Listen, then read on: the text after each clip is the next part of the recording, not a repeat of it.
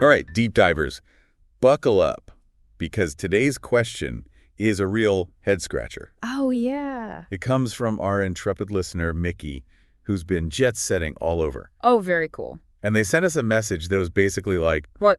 OMG, why are there Indians everywhere? Well, it seems like everywhere we go these days, we run into huge groups of Indian tourists. Seriously, It's kind of crazy. like... Remember that time we were at the airport? Oh, yeah. I seriously thought we had wandered onto the set of a Bollywood movie. Oh, my God, it was... It was wild. Okay, I gotta admit, I've had that thought, too. Like, you notice something, and then you just can't unsee it. Right? It's like when you buy a new car, and suddenly that same model is everywhere you look. Exactly. But Micky didn't just send us a funny observation. They actually backed it up with some serious research. Oh, wow, so they did their homework. Big time.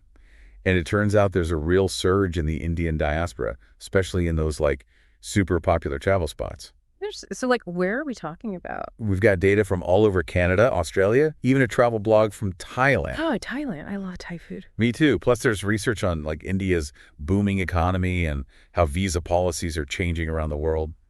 Okay, so we're going deep on this one. Deep dive all the way. Let's start with Canada. What's going on up north? Yeah, I've heard they're seeing a lot of Indian immigrants lately. Not just a lot. It's like a tidal wave.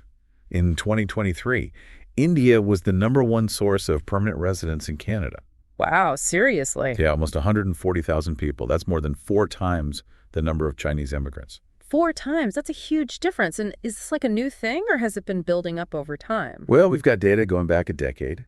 And while Chinese immigration has been pretty steady, Indian immigration has skyrocketed. So something's definitely changed to make Canada way more appealing to folks from India. It brought up some serious questions about the economic and social impacts. Right, like how do you manage such a rapid demographic shift? Exactly. The author even used the phrase North American Little India to describe how some neighborhoods were becoming predominantly Indian. Wow, that's a pretty stark image. It's a big change, and it sparked debate about what it means for Canadian identity and social cohesion. That's a tough one. Canada prides itself on being multicultural, but rapid change can lead to anxiety. For sure. And the article wasn't just about numbers. It also touched on cultural assimilation, or the lack thereof. Ah, the age-old question, how much assimilation is expected versus how much cultural diversity is embraced. Right. And some Canadians felt that Indian immigrants weren't adopting Canadian customs and values fast enough. It's a complex issue with no easy answers. To be fair, though, the article also acknowledged the positive contributions Indian immigrants were making to Canada. Oh, yeah, like what? Their entrepreneurial spirit, their strong work ethic, the vibrancy they brought to the culture. It's a two-way street. Immigration brings challenges, but also immense benefits. Totally. It's like, imagine a world where everyone ate the same food every day. Boring. Yeah. You need different spices, different flavors. Exactly. It's about finding that mix that makes things interesting. Okay, so we've talked about economics, visas, social media, cultural considerations. Is there a bigger picture we're missing? Right, but hold up. This isn't just a Canadian thing. Oh, really? Australia is seeing the same trend down under. Indian immigrants are on track to become the largest immigrant group. Whoa, even bigger than the British.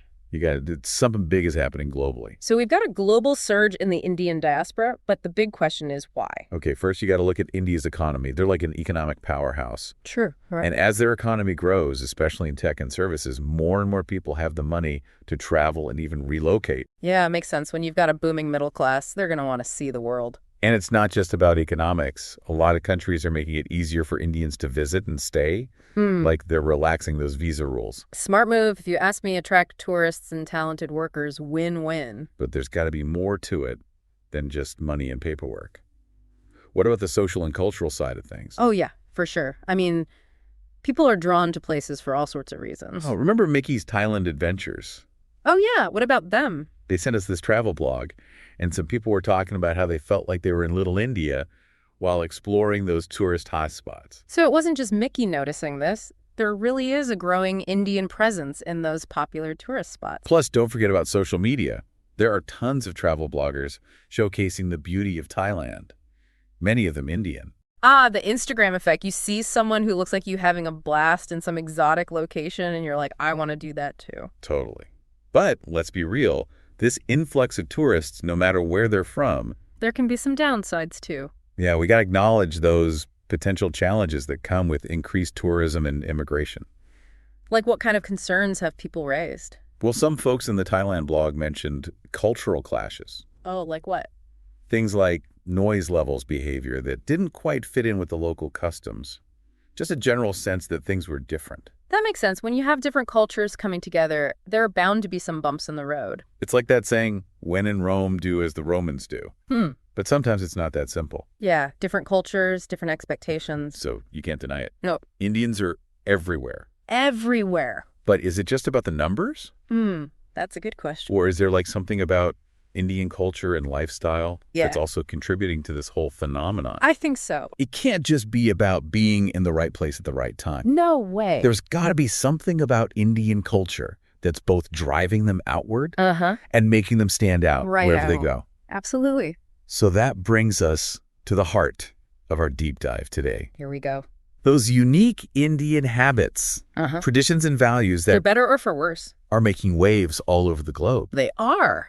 Okay, so spill the chai. All right.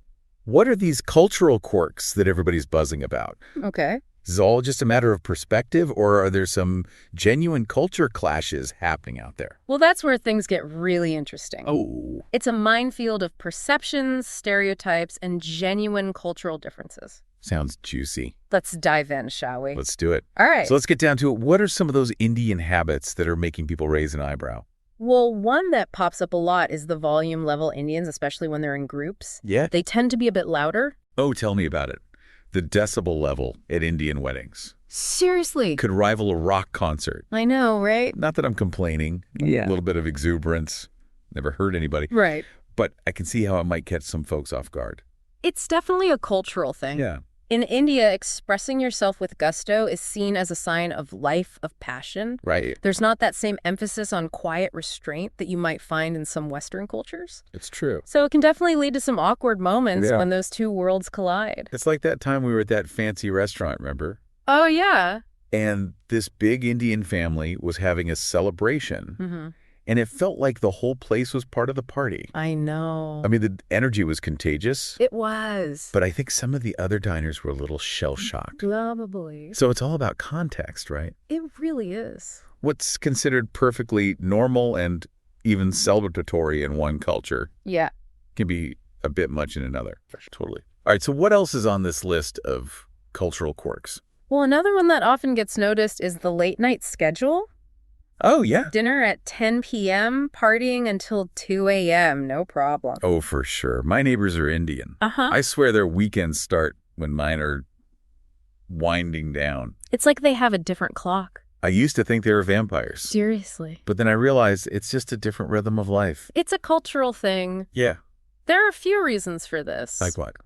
Well, in some parts of India, the heat during the day is just brutal. Oh, yeah. So people naturally gravitate towards the cooler evening hours. That makes sense. For their activity. To be outside. Yeah, and then of course dinner is this big social event. It is. Often eaten quite late. Yeah. Which just pushes back the entire sleep cycle. Yeah, I can see how that would totally throw off your internal clock. Oh, for sure. It's like they're living in a different time zone. They kind of are. But I bet that creates some friction when you've got early bird neighbors who are trying to get their beauty sleep. Yeah, it's a recipe for misunderstandings. Oh, yeah.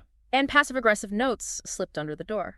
Oh, totally been there. So many notes. Okay, what else have we got? I'm dying to know what other cultural gems we're going to dig up today. Okay, let's talk about those distinctive aromas. Okay. That often accompany Indians wherever they go. Like what? Indian cuisine. You know, it's known for those bold flavors. And those aromas tend to linger. They do. Long after the meal is over. I got to say, I love the smell of Indian food. Me too. But I know some people find it a bit overpowering. It can be. Especially if they're not used to it. Right. It's definitely a sensory experience. Yeah. It's interesting how smells can evoke such strong reactions, you know? It's true. Both positive and negative. Yeah. What one person finds enticing, another might find totally off-putting. So true. It's all about personal preference and cultural conditioning. Right. It's like that old saying, one man's trash is another man's treasure. Or in this case, one man's incense is another man's air freshener. Right. And then there's the whole communication style. Oh, yeah. Indians tend to be very direct. They do. Even when it comes to personal matters. It's true. They'll ask you about your family, your salary, your love life. Everything? Nothing is off limits. Nope. I've definitely experienced that. Oh, yeah. I remember meeting my friend's Indian parents for the first time. Uh-huh. They were grilling me about my marriage prospects. Oh, before I even finished my samosa. Seriously. I was like, whoa, slow down, folks. We just met. It's a lot. But it's not meant to be intrusive, right? No, not at all. It's just their way of showing interest and, like, building a connection. It is. In Indian culture, relationships are everything. Everything. And that includes getting to know people on a deeper level. For sure. Even if it means skipping the small talk. Right, to the point. So it's about cutting to the chase being real and forging those genuine connections. Absolutely. But I can see how it might catch someone off guard. If they're used to a more reserved approach. Understanding those cultural nuances and recognizing that what might seem nosy in one culture is just being warm and welcoming in another. It's like those awkward moments when you go in for a hug and the other person goes for a handshake. Every time. It's not personal. It's not. It's just different cultural scripts playing out. Just different scripts. The more we're aware of those scripts, right, the better we can navigate those cross-cultural interactions with a little bit of grace and a little bit of humor. Grace and humor. I love that. That should be our motto for life. It should be. But speaking of life, how does all this tie back to our listeners? Good question. Why should they care about all these Indian cultural quirks? Right. Especially if they're not planning a trip to Mumbai anytime soon.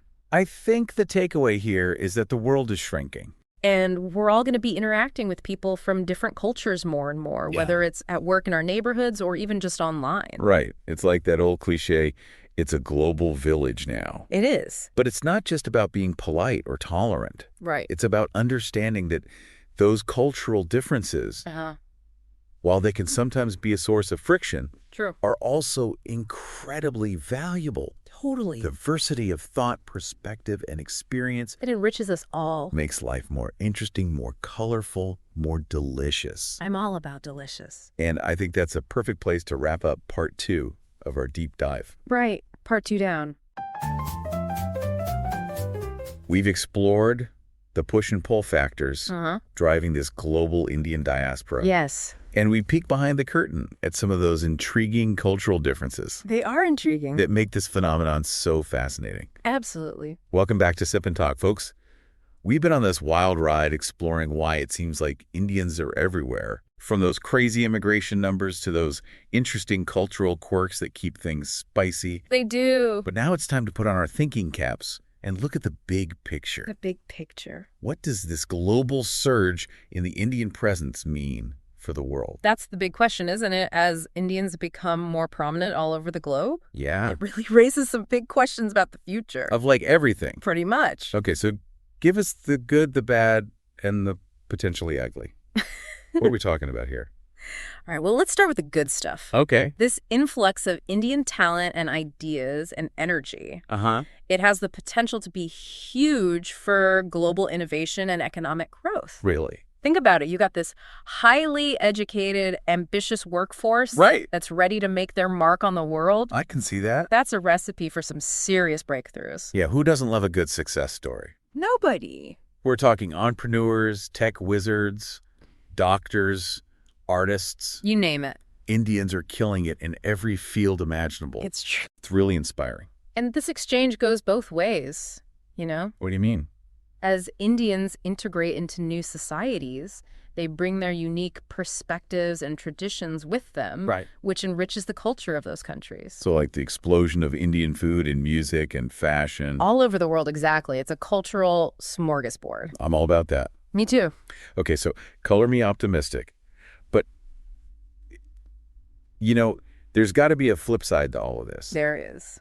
What are some of the potential challenges that come with this kind of cultural integration? Well, one of the biggest hurdles is overcoming those ingrained biases and stereotypes that exist on both sides. You do? Let's be real. Prejudice exists everywhere. It does. And sometimes those cultural differences can lead to misunderstandings, friction, and even conflict. Yeah. It's like that awkward first date. Totally. Where you're trying to figure out if you're vibing or clashing. But just like with dating, communication is key. Communication is always key. The more we talk and learn about each other, the less likely we are to jump to conclusions and make those snap judgments. So true empathy is a superpower. It is. But let's be real. Sometimes those differences run deep. They do. And it's not always sunshine and rainbows. No, it's not. Are we talking full-blown culture clash here? It's not inevitable. Okay. But it can happen, especially when values and norms collide. Like what? Well, for example, in some Western countries, individualism is really important. Okay. But in India, collectivism and family ties are everything. So different. So different. And this can lead to friction in all sorts of areas. Like what? Work ethics, social interactions, you name it. Right. It's like trying to fit a square peg into a round hole. Exactly. But hey, maybe that friction can also spark some creative solutions. That's a good way to look at it. Like maybe we can learn from each other. We can. And find a way to blend the best of both worlds. I love that idea. It's not about one culture dominating the other. Yeah. It's about finding that sweet spot where different perspectives can coexist and even complement each other. So how can our listeners be part of the solution here? Good question. Give us some advice. First and foremost, check your biases. Okay. We all have them, but the more aware of them we are, the better we can challenge them. I like that. Second, be curious. Curious? Don't be afraid to ask questions, learn about different cultures, and step outside your comfort zone. It's like trying a new dish for the first time. Exactly. You might be surprised at how much you love it. You never know. But even with an open mind, there are bound to be some bumps in the road. There are. Any tips for navigating those inevitable cultural hiccups? Absolutely. The key is to approach those situations with a sense of humor and a willingness to learn. Oh, that's good. Don't take yourself too seriously. Okay. Be open to feedback, and remember that even well-intentioned mistakes can be learning opportunities. So true. It's all about embracing that messiness of cultural exchange. It takes effort from both sides to navigate those differences and find that common ground. Totally. Travelers need to be aware of local customs and try to be respectful, and locals need to be patient with visitors who might be unfamiliar with their ways. It's a two-way street for sure. But, it's not just about those little cultural quirks. Enjoying the benefits of globalization without sacrificing our values or harming the planet. Like a delicious meal, you savor the flavors but don't overdo it. Perfect analogy. Huh. So, Micky, what have we learned from this deep dive into your question about Indians being everywhere? As you continue your global adventures, keep your eyes open not just for the who, but for the why behind the people you meet and the places you visit. And recognizing that we're all just trying to figure things out as we go. We are. And at the end of the day, it's about recognizing our shared humanity. Our shared humanity. We might have different customs, beliefs, and ways of expressing ourselves. Yeah. But we all share the same basic needs. And desires. And aspirations. We do. Okay, now I'm feeling all warm and fuzzy inside. Me too. But on a more practical note, yeah. Any resources you'd recommend for people who want to learn more about this whole globalization and cross-cultural understanding thing? Absolutely. If you're looking for a fun and insightful exploration of travel culture and a little bit of whiskey. Oh, I like whiskey. Check out the YouTube channel, Mickytolife. Oh, Mickey's the best. He is. I'm a huge fan. He's great. He's got this way of making you feel like you're right there with him experiencing the world. I know. Through his eyes. He's a great example of someone who embraces those cultural differences. He does. With curiosity and respect. Yeah. And he always finds the humor in those awkward cross-cultural moments. He does. He does. Definitely worth checking out. All right, folks. That's a wrap on another episode of Sip Talk. Another one down. We've explored the why, the how, and the what now of this incredible surge in Indian presence around the world. We have. It's a complex story. It is. It's a fascinating story. And a constantly evolving story. And we hope you've enjoyed sipping on all this knowledge with us today. Cheers to that. As always, the journey continues. Stay curious, stay open-minded, and keep exploring the world with a sense of wonder and a thirst for knowledge. Couldn't have said it better myself. And until next time, keep sipping and keep talking.